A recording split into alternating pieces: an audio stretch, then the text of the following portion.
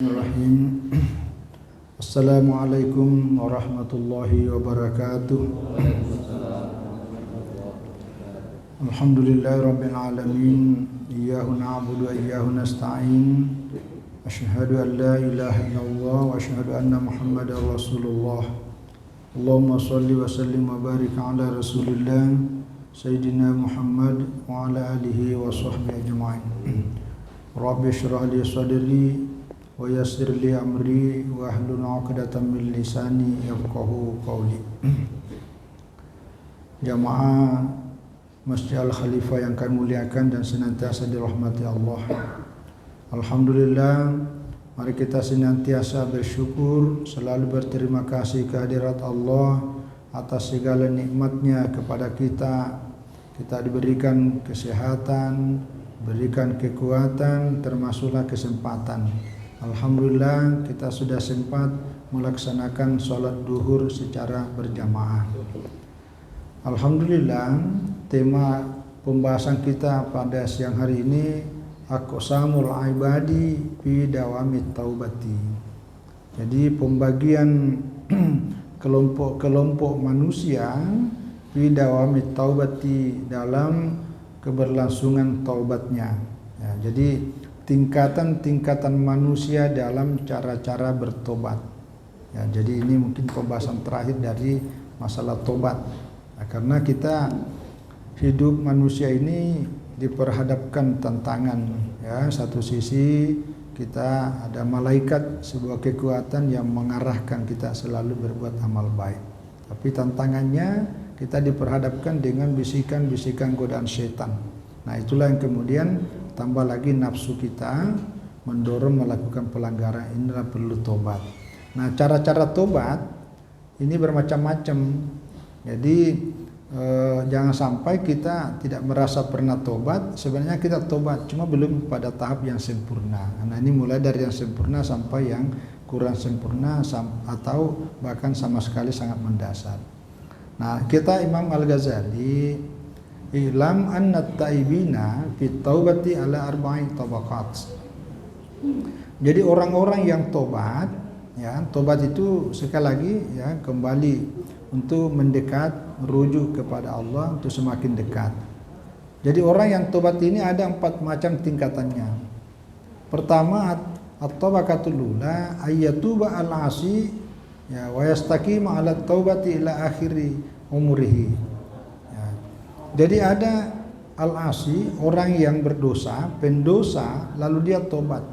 Wa yastaqim 'ala taubati, dan dia istiqamah pada tobatnya. Jadi tidak berubah ila akhiri umri, sampai dia wafatnya. Nah, inilah yang paling tinggi nih. Jadi tidak bolak-balik. Ya, kan ada istilah tambat, tobat, sambal. Ya, kadang-kadang kalau sudah pedas berhenti, tidak lama makan lagi. Padahal udah tahu-tahu udah pedas. Jadi, nah kalau yang ini sejak dia tobat itu tidak pernah lagi mengulangi apa yang pernah dia lakukan pelanggaran sebelumnya. Jadi istiqomah dalam tobatannya. Fayatadarak ma warita min amri wala ya yuhaddisu nafsu bil audi ila dzunubi. Jadi selama dia tobat, menyesal, ya, tidak mengulangi lagi dan punya ketetapan hati yang tinggi untuk tidak pernah lagi mengulangi. Ya, jadi apa dia berusaha mendapatkan apa yang lewat. Jadi mungkin dulu ketika belum sadar banyak yang tidak dilakukan. Ya, misalnya contoh ya, kalau ada orang merasa waktunya masih muda atau masih ya lagi jahil-jahilnya, tidak peduli, kadang ada sholat 5 waktu yang lewat, dia cuek. Nah, ini kalau dalam pandangan seperti ini sebaiknya itu semua yang pernah kita alpa itu kita dapatkan ulang lagi itu. Ya, itu orang tobat. Dan memang tidak ada kepikiran dalam otaknya itu untuk kembali melakukan apa yang pernah pengalaman masa lalunya. Jadi tidak ada terpikirkan untuk mengulangi. Nah, itu namanya berketetapan hati untuk meninggalkan selamanya. Itu. Ya, jadi Ini namanya, ini tingkatan pertama. Jadi fahadza wal istiqamah ala taubati wa sahibuhu wasaiqu bil khairat. As-sabiqu bil khairat. Jadi orang-orang yang istiqamah dalam taubat seperti ini adalah as-sabiqu bil khairat. Jadi betul-betul dia mendahului untuk berbuat kebaikan. Jadi dia pelopor, pendahulu. Nah, orang seperti ini adalah tingkatan yang pertama. Nah, inilah yang disebut wa ismu hadhihi taubah at-taubatu an-nasuha. Inilah disebut taubat nasuha. Jadi taubat nasuha wa ismu hadhihi nafsu as-sakinah. Orang yang taubat nasuha ini jiwanya adalah jiwa yang tenang. Ya, disebut dengan an-nafsu al-mutmainnah. Ya, allati tarjila rabbiha radiyatan mardiyah. Jiwa yang tenang yang kembali kepada Tuhannya dengan rasa puas. Ya, dia ridha dan diridhai oleh Allah. Nah, inilah tingkatan pertama, yaitu taubatan nasuha. Jadi taubatan nasuha itu kalau dalam Al-Qur'an pada surat At-Tahrim ayat 8, ya ayyuhalladzina amanu tubu ilallahi taubatan nasuha. Wahai orang-orang yang beriman, tobatlah kepada Allah dengan taubatan nasuha. Ya, asa rabbukum ayyukaffira ankum sayyatikum. Kalau kamu tobat nasuha, Allah menutupi semua kesalahan masa lalu. Wa yadkhulukum jannatin tajri min tahtiha al-anhar, dan Allah akan memasukkan kamu ke dalam surga. Jadi tobat nasuha ini tobat yang betul-betul menyesali dari semua pelanggaran masa lalunya dan tidak ada sedikit pun keinginan untuk kembali melakukan hal yang sama sebelumnya. Betul-betul bertobat. Ya, jadi berjanji tidak akan mengulangi dan ditutupi dengan kebaikan-kebaikan. Ya, pernah kita sampaikan lalu bahwa ada pesan Rasulullah Sallallahu Alaihi Wasallam, wa atbi sayyata al hasanata tamhuha. Jadi iringi kejahatan, ya, keburukan yang pernah lakukan dengan kebaikan. Niscaya kebaikan itu menutupi, ya, kejahatan masa lalu. Jadi tidak hanya tobat lalu diam, tapi tobat itu untuk memperbanyak amal-amal yang baik. Nah, inilah yang terjadi pada beberapa orang-orang terdahulu. Begitu dia masuk, begitu dia sadar, itu sadar dan sesadar-sadarnya. Nah, tobat nasuha inilah yang kemudian kalau meninggal, ini yang disebut husnul khotimah, karena tobat sampai akhir. Nah, husnul khotimah inilah yang disebutkan di Al-Quran. Ya ayyuhan nafsul mutmainnah, wahai jiwa yang tenang, irji'i ila rabbika radiyatan mardiyah fadkhuli fi ibadi wadkhuli jannati. Jadi ini ayat, sebagian ahli tafsir mengatakan orang yang tobat seperti ini ketika nyawa mau keluar, jadi ketika pencabut malaikat maut datang mencabut nyawa, begitu nyawa mau keluar, inilah yang dipanggil ini. Hei jiwa yang tenang, kembalilah kepada Tuhanmu dengan rasa puas dan diridhai olehnya. Nah, kalau yang keluar seperti ini tidak akan merasakan namanya sakaratul maut yang sangat menyakitkan. Nah, sangat menyakitkan. Ini fadkhulu fi ibadi, masuklah bergabung dengan kelompok hamba-hambaku. Wadkhuli jannati, dan masuklah ke dalam surgaku. Jadi orang-orang yang seperti ini kelompok pertama ya. Kalau dalam kitab-kitab yang lain itu digambarkan kenapa nyawa begitu nyaman keluar seperti tidak terasa apapun, karena memang seperti dipanggil jiwa yang tenang. Yang kedua, itu sebelum dia keluar itu sudah terpampang di hadapannya kayak monitor. Jadi tempatnya di surga itu sudah nampak, karena dijanjikan fadkhuli fi ibadi wadkhuli jannati. Inilah yang diminta oleh para hamba-hamba yang saleh. Karena kalau yang ini ya mungkin bagi orang yang hidup, istrinya atau suaminya lah, anaknya, cucunya, semuanya keluarga di situ menangis, tapi bagi yang ditangisi itu sebenarnya dia gembira. Karena dia sampai pada tahap ini. Jadi inilah yang kita minta, ya.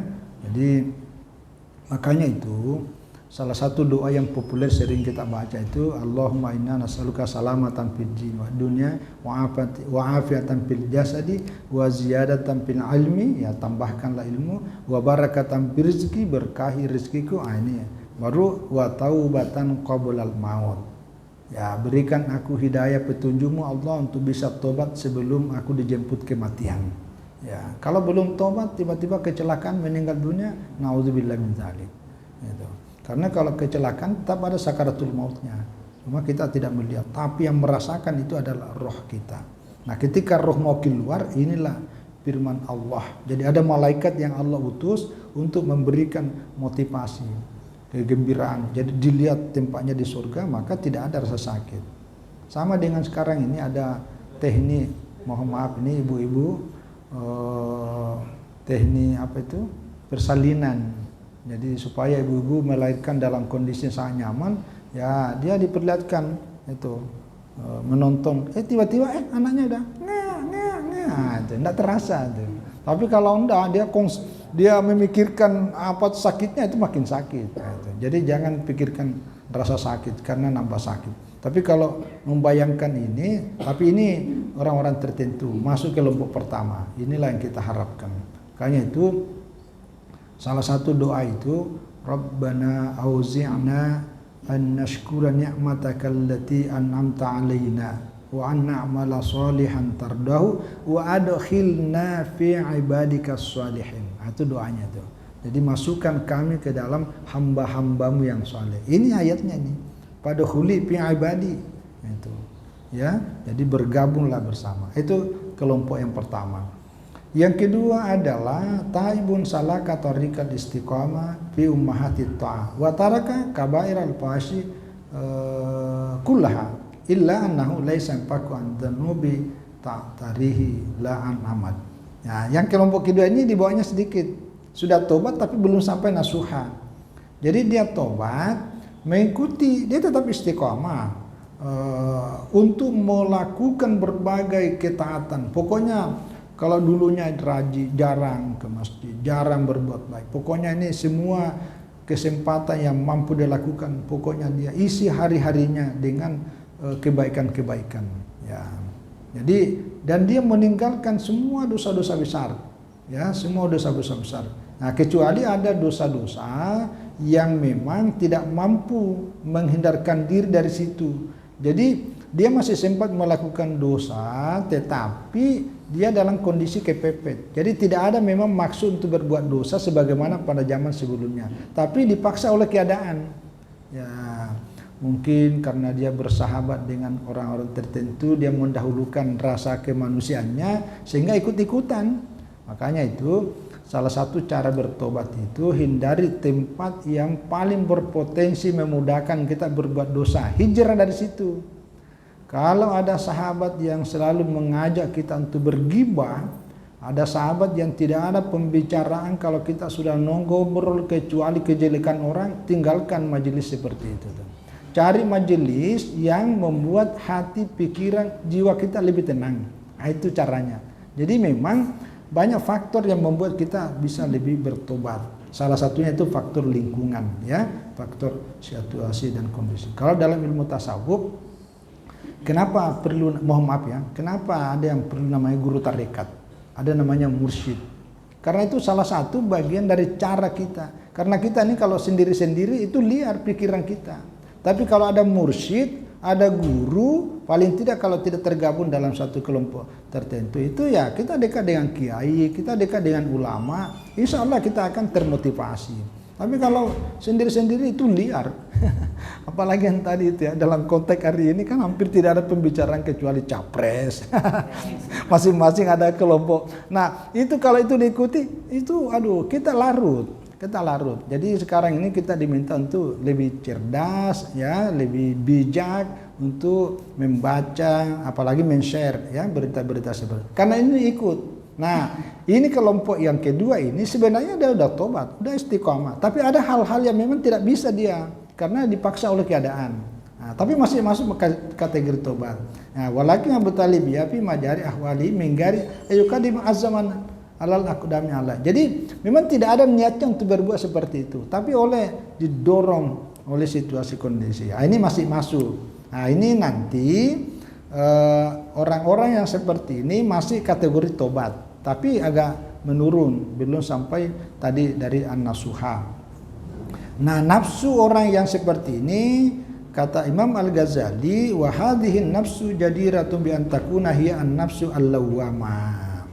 Ya, lawwamah itu ya dia masih kadang berbuat, kadang tidak, tapi lebih banyak berbuatnya daripada yang tidak, ya. Jadi tetap sudah berbuat baik, istiqomah, tetapi masih belum 100%. Idza talawwama sahibu ala ma yastaqulahu minal ahwali az-zamimah, ya, la an tasmimi azmin wa qasdin. Jadi tidak ada azamnya, itu tidak ada tekad, apalagi sengaja untuk melakukan.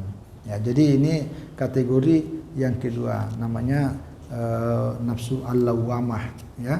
Lawwamah itu sudah ada nafsunya betul-betul menyesal dan tidak melakukan lagi, tetapi karena ada keadaan kondisi tertentu yang mendorong dia untuk melakukan itu. Nah, ini yang dimaksud dalam Al-Qur'an di surat An-Najm ayat 32. Ya, ketika qala Allah Ta'ala alladzina yajtanibuna kabairal ismi wal fawahisha illa allamam inna rabbaka wasi'ul maghfirah. Jadi orang-orang seperti ini masuk kategori alladzina yajtanibuna kabairal ismi. Orang-orang yang sudah menghindari, menjauhi dosa-dosa besar, menjauhi dosa-dosa, kecuali al-lamam. Al-lamam ini adalah lintasan dalam hati, dalam pikiran, mendorong untuk melakukan, tapi masuk kategori dosa kecil. Ya, yang kemarin kita dijelaskan perbedaan antara dosa besar dan dosa kecil, yaitu karena tidak ada unsur kesengajaan. Apalagi yang sama dengan ini, mata ini biasa melihat sesuatu, terbuka, oh kelihatan. Nah, itu pertamanya masih sedekah. Tapi kalau mana tadi itu, nah, itu bukan sedekah lagi. Itu nambah, gitu ya. Ya, gitu. Kan apalagi saya mau maaf lah ya, karena kita semua punya media alat-alat itu tuh. Buka HP yang muncul itu lagi itu. Apa namanya itu? Bokeh ya? Bokeh. Itu hati-hati yang begitu tuh ya. Ya, jadi jangan dibawa ke hati, taruh aja di pikiran. Ya, kalau dibawa ke hati itu parah. Ya, parah. Jadi walladzina, ini ayat lain. Jadi walladzina idza fa'alu fahishatan aw zalamu anfusahum dzakarullaha. Ini yang masuk yang kedua ini. Jadi orang yang sudah berbuat dosa, fahishatan aw zalamu anfusahum, menzalimi dirinya. Jadi kalau kita berbuat dosa itu hakikatnya menzalimi diri kita, karena hati dan pikiran kita menjadi kotor oleh dosa. Tapi dzakarullaha, dia masih tetap ingat kepada Allah, fastaghfiru lidzunubi, dan minta ampun kepada Allah. Ini namanya nafsu lawwamah. Ya, ini yang dimaksud oleh hadis. Jadi Al-Ghazali mengutip beberapa ayat dan hadis. Kullu bani Adam khata'un wa khairul khatta'ina at-tawwabun. Ini hadis riwayat Tirmidzi dan Al-Hakim. Jadi kita manusia ini, anak cucu Adam itu adalah khata'un, adalah pelaku-pelaku dosa. Tapi sebaik-baik pelaku dosa itu adalah at-tawwabun. Jadi kita juga tidak merasa suci sama sekali, karena kita punya potensi untuk melakukan kesalahan. Kesalahan, orang yang pernah berbuat kesalahan yang paling bagus adalah menyadari kesalahannya untuk berbuat tobat. Inilah yang dimaksud, paling tidak tobat yang urutan kedua. Yang ketiga adalah at-tabaqatus salitsah ayatuba wa yastamiru alal istiqamah mu'addatan. Jadi orang yang tobat sekaligus terus menerus berada dalam istiqamah, tapi hanya dalam waktu yang terbatas. Kalau tadi ini kan selamanya sampai hayatnya, wafat. Ada yang kedua lebih banyak, tapi masih ada sedikit nyangkut karena dipaksa oleh situasi dan kondisi. Nah, kalau yang ini istiqamah tapi terbatas. Nah, summa taglibu asyahwatu fi ba'di dzunub. Tapi kadang-kadang pas lagi naik lagi anunya itu, syahwatnya naik lagi, pikiran-pikiran jeleknya muncul lagi, mental jahatnya pada masa itu berbuat lagi. Jadi dan di situ ada kesengajaan. Cuma di sini kelemahannya, li ajzihi an qahri syahwa. Dia belum mampu mengendalikan kekuatan syahwat. Jadi kekuatan malaikat dengan kekuatan setan ini dia udah ngerti teorinya, tetapi ada saat-saat tertentu yang mana kekuatan dari setan itu yang sangat dominan, tidak bisa dia membendung, hanya terpaksa melakukan kejahatan. Itu kadang-kadang muncul, kadang-kadang. Jadi kambuh istilahnya. Ini masih tobat, tetapi ya kumat ya kumat. Itu tadi karena banyak faktor. Jadi nah kalau tadi ini kan tidak ada unsur kesengajaan, kalau ini masih sengaja, maka ini tobat yang ketiga ini masih rendah lagi itu, karena dia ada unsur kesengajaan karena muncul kumat kembali itu penyakit lama. Ya, Al-Ghazali menyebutnya di sini sebagai an-nafsul al-musawwilah. Nah, ini jadi nafsul musawwilah namanya. Nah, kalau lawwamah tadi itu masih dia sudah meninggalkan dosa besar, tapi ini masih sempat melakukan dosa besar, tapi ya itulah kumat kadang-kadang. Inilah yang mungkin tadi itu apa istilah tobat sambal, ya tobat sambal, ya tetap aja dia bertobat, karena masih sadar, ya ini. Jadi orang-orang seperti ini kata Imam Al-Ghazali, inilah yang disebutkan oleh Al-Quran pada surah At-Taubah ayat 102. Wa akharuna i'tarafu bi dzunubihim khalatu amalan shaliha ya wa akhara sayyi'an. Jadi orang-orang yang tahu betul ya mengenal dirinya bahwa dia telah melakukan dosa dan dia mencampur adukan amalan-amalan salihnya, tapi sambil juga melakukan amal-amal yang salah. Ya, amal saleh dan amal salah dua-duanya dilakukan. Jadi ini dia melakukan ini dan dia sadar, tapi karena muncul lagi tuh melakukan lagi kejahatan dilarang oleh agama. Ini masih masuk kategori tobat, tapi dia tobat peringkat yang ketiga. Nafsu orang seperti ini namanya nafsu al-musawwilah. Ini kata Al-Ghazali. Jadi di bawahnya nafsu mutmainnah, ada nafsu lawwamah, di bawahnya nafsu lawwamah, ada nafsu musawwilah. Musawwilah ini artinya masih dominan nafsu daripada hati. Jadi hati masih diperintah oleh nafsu. Tapi kalau hati yang mengendalikan nafsu, itu namanya nafsu mutmainnah. Tapi kalau kadang-kadang ini kekuatannya hampir imbang, itu namanya lawwamah. Nah, tapi masih agak dominan sedikit ke nafsu mutmainnahnya. Nafsu dari hatinya masih lebih dominan. Inilah yang dimaksud. Cuma yang begini nih, kata Al-Ghazali sini dia khawatirkan karena orang yang seperti ini salah satu cirinya adalah suka menangguh-nangguhkan rasa tobat. Disuruh tobat, belum, itu kan kita masih berumur muda. Nantilah kalau udah umur 70 tahun baru kita tobat. Nah ini jadi dia sadar, tapi karena merasa karena belum ada peringatan dari Allah dalam bentuk apa yang lain-lainnya, sehingga tidak masih menangguh-nangguhkan. Ini yang dia khawatirkan, kata Imam Al-Ghazali. Ya, jadi wa takhiru artinya mentakhirkan rasa pertobatannya, padahal dia tahu. Nah, jadi keinginannya untuk tobat dia ada, tapi belum, masih lama lah, kita kan masih berumur kan. Nah, itu hati-hati. Nah, yang keempat ini yang terakhir. At-tabaqatur rabi'ah ayyatuba wa yajri muddatan 'alal istiqamah. Ini dia tobat, tapi itu tadi dia tetap melakukan hanya dalam waktu-waktu tertentu saja, sangat terbatas untuk istiqamah pada pertobatan. Summa ya'udu ila ya muqarabat adzambi min ghairi ayyuhadis nafsahu bitaubah. Jadi tetap dia tobat, tapi dalam batas waktu yang terbatas untuk istiqamah pertobatan. Tapi dia kembali lagi melakukan dosa.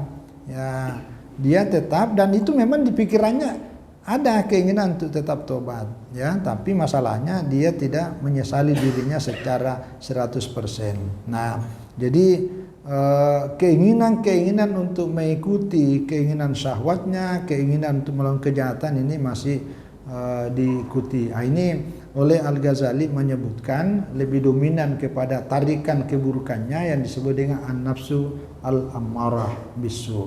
Nah, jadi ini kelompok 4, ya, walaupun dia tetap nafsu amarahnya dominan untuk melakukan dosa dan berbagai kesalahan, tetapi keinginannya untuk mau tobat itu tetap ada. Ya, jadi itu masih dimasukkan kategori untuk tobat, tapi inilah peringkat yang terakhir.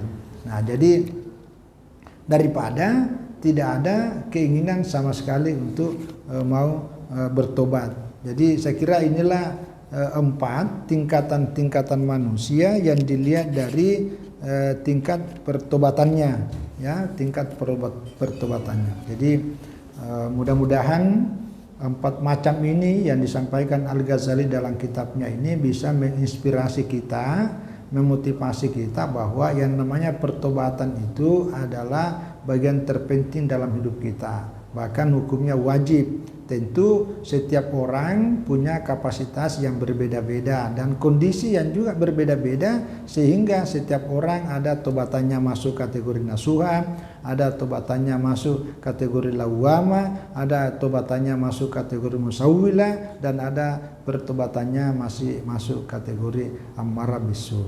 Nah, ini semua selain faktor lingkungan, juga jangan abaikan intervensi kekuatan hidayah dan taufik Allah.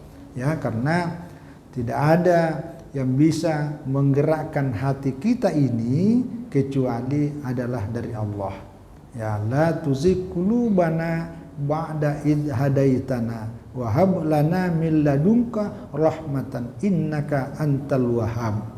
Itu ayat Al-Qur'an. Kalau hadisnya, Allahumma ya muqallibal qulub tsabbit qulubana ala dinika wa ta'atika. Ya Allah yang membolak-balikkan hati, kokohkanlah, teguhkanlah hatiku atas agamamu dan senantiasa berada dalam ketaatan kepadamu.